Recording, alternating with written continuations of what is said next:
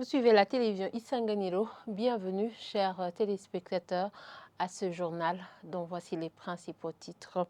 La coalition des organisations œuvrant dans l'éducation Bafachewigé suggère au gouvernement de collaborer avec les partenaires pour essayer de réduire les défis en milieu éducatif.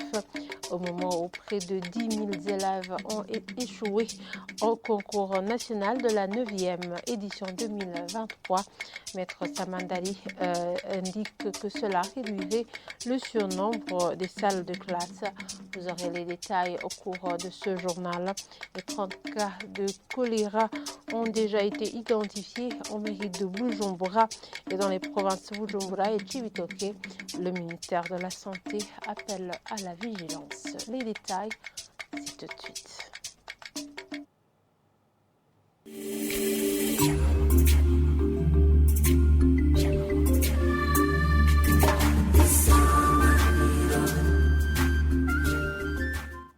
Je vous le disais en titre, 30 cas de choléra ont déjà été identifiés dans la mairie de Bujumbura et dans les provinces Bujumbura et Cibitoke. Le porte-parole de la santé, du ministère de la Santé plutôt, dans un communiqué rendu public ce mardi, parle de la recrudescence de ces cas. Dr Polycarpe Ndeikeza appelle la population à observer les mesures d'hygiène. Suivez-le.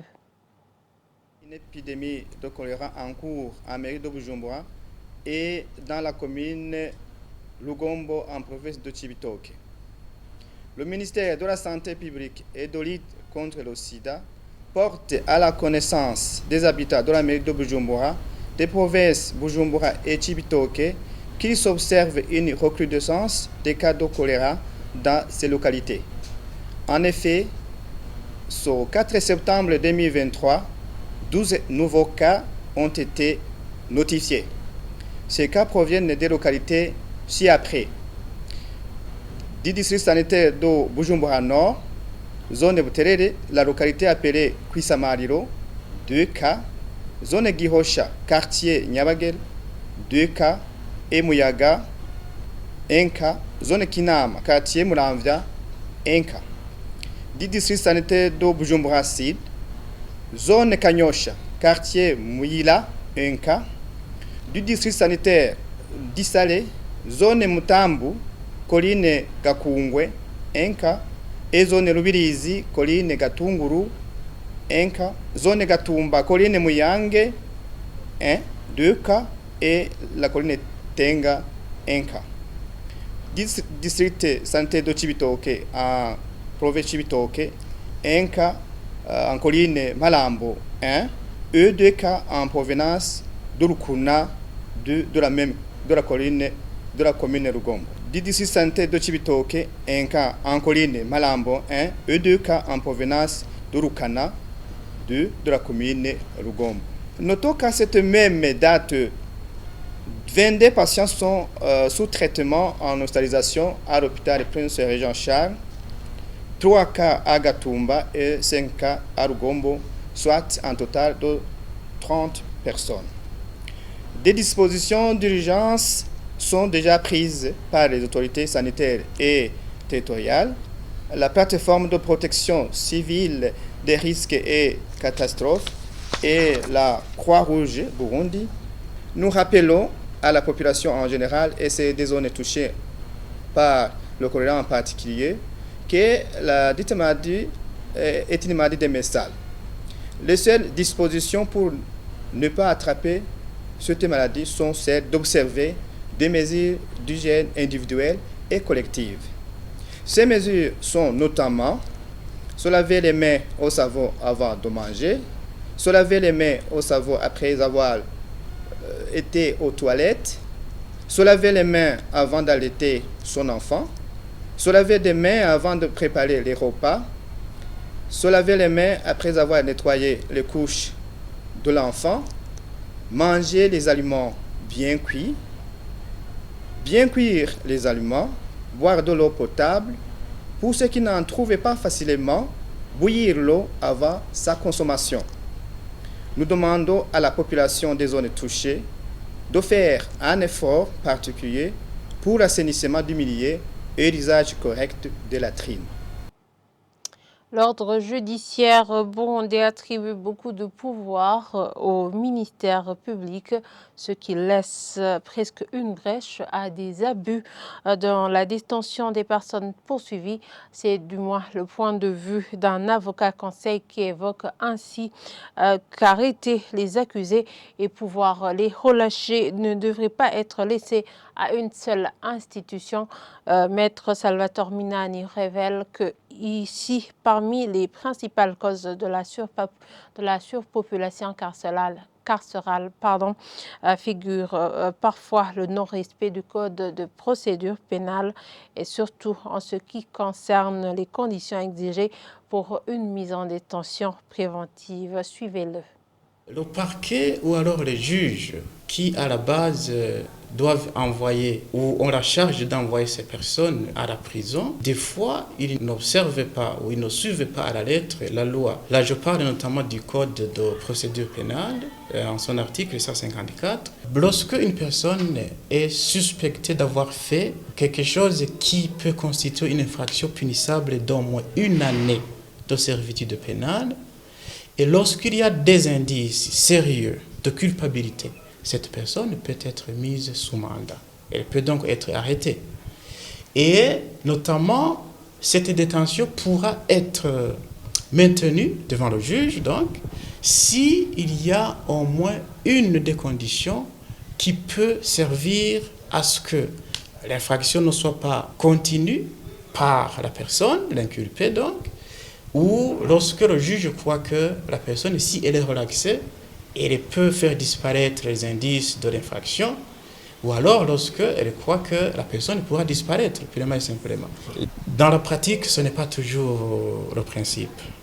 Les juges ont tendance à recourir beaucoup plus à la détention, alors que ce ne devrait pas être ainsi. Parce que je le disais, le principe, d'ailleurs c'est pas moi qui le dis, c'est la loi, le principe c'est la liberté. Mais dans la pratique, et on ne sait pas pourquoi, mais il peut y avoir des raisons. Et ça dépend aussi des procès ou de la nature du procès. Oui, il y a des procès évidemment où on ne va pas vous maintenir en détention, mais il y a d'autres procès où lorsque même il n'y a pas d'indice sérieux de culpabilité, eh bien, il faut vous attendre à être maintenu en détention. Si on a déjà identifié les problèmes ou alors les causes, c'est chercher des solutions à ces causes, à ces problèmes. Si c'est le non-respect de la loi, il faut que la loi soit respectée. Le code de procédure pénale, les conditions doivent être observées. Le respect donc de la loi, mais aussi, si c'est l'ignorance, comme je l'ai déjà mentionné, il faut que les magistrats soient formés. Il faut que le code soit revu en cette sorte que il y ait une personne qui poursuit et une personne qui exécute les décisions judiciaires. Page éducation pour continuer avec ce journal. Le surnombre dans les salles de classe et le manque de matériel didactique peuvent être à la base d'un mauvais suivi et entraîner des échecs. C'est des propos de maître Jean Samandali, représentant de la coalition des organisations œuvrant dans l'éducation Bafachewig. Il le dit au moment où près de 10 000 élèves ont échoué au concours national de la 9e année, édition 2023. Maître Jean Samandali propose au gouvernement de collaborer avec des partenaires pour essayer de réduire les défis qui hantent ce secteur. Suivez-le. On sait qu'au niveau du système éducatif burundais, nous enregistrons pas mal de défis. Les défis liés par exemple à un pléthore d'enfants, les défis liés au manque des infrastructures suffisantes, les défis liés au manque de matériel pédagogique, les bas pupitres, ainsi de suite. Cela peut être aussi à la base, puisque bientôt c'est la rentrée scolaire, le 18 septembre. Si vous allez faire un tour, vous pouvez constater qu'en première année, par exemple, vous trouverez plus de 100 enfants dans une classe. Alors qu'avant, à notre époque, ou avant notre époque, dans une classe, c'était autour de 20-30 personnes. On avait au moins 2 enfants par bas pupitre. chaque enfant avait un livre. Vous trouverez 3 enfants, 4 ou 7 assis sur un pupitre, ou d'autres sont assis par terre. Donc, ce qui fait que le niveau d'apprentissage peut diminuer, la rétention peut diminuer. L'enseignant qui a devant lui 120 enfants, son enseignement peut être différent d'un enseignant qui a devant lui 20 enfants, 30 enfants. Donc, pour le suivi. Alors, ce que nous pouvons proposer, ce que nous pouvons recommander, d'abord, aux parents, il faut qu'il y ait un encadrement des enfants à la maison. Qu'ils suivent leurs enfants si réellement les enfants sont en train de reprendre la matière, d'étudier. L'enseignant doit se donner corps et âme, suivre les enfants qui sont à sa charge, donner des devoirs, suivre de près si réellement les enfants apprennent. Le gouvernement aussi, même si on fait des efforts, je sais qu'il y a des efforts gouvernementaux pour améliorer le système éducatif burundais, mais il doit toujours conjuguer les efforts et toucher les partenaires au développement pour qu'ils s'investissent davantage dans le système éducatif burundais. Certains habitants de la zone Kamenge disent ne pas être satisfaits par le fait qu'ils sont servis, du fait plutôt qu'ils ne sont pas servis en eau convenablement. Selon eux, cette eau provenant du site de forage ne leur parviennent pas facilement la nuit car l'approvisionnement dépend de l'énergie solaire. Lors d'une descente d'évaluation ce mercredi du ministre de l'Intérieur, le ministre de l'Intérieur a indiqué que la Régie des eaux va intervenir avec le courant électrique afin de vider le problème lié à la pénurie d'eau en mairie de Bujumbura. Le reportage de Clovis Nyonguru.